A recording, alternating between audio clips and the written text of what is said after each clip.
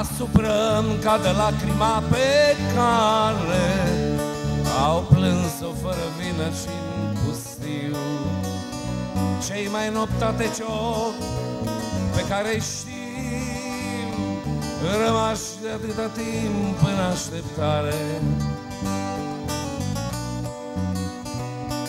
Pecetluindu-mi soarta până când mă voi întoarce, să te pot convinge câte zăpezi s-au strâns la mine în gând. Mă voi întoarce, să te pot convinge câte zăpezi s-au strâns la mine în gând.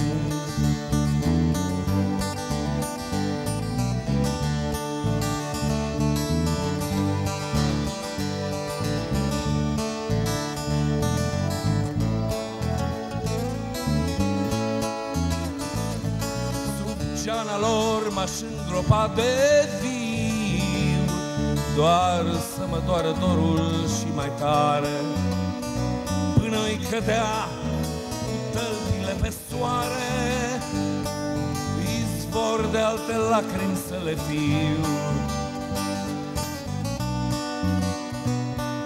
Pecetluindu-mi soarta până când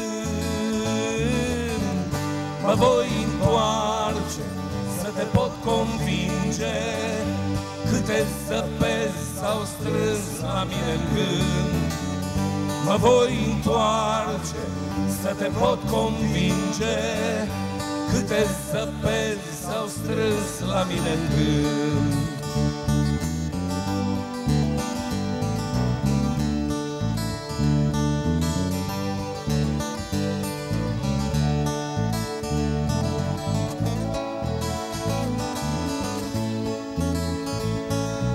Iartă-mă, iubito, și mă ninge cu plânsul tău curat și atât de blând, din care câte o rază se prelinge, pecetluindu-mi soarta până când.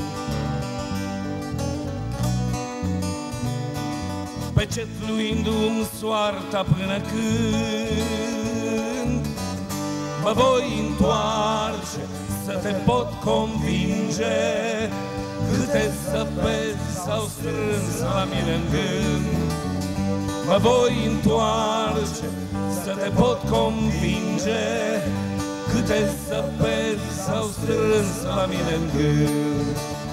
Mă voi întoarce, să te pot convinge câte zăpezi s-au strâns la mine în gând.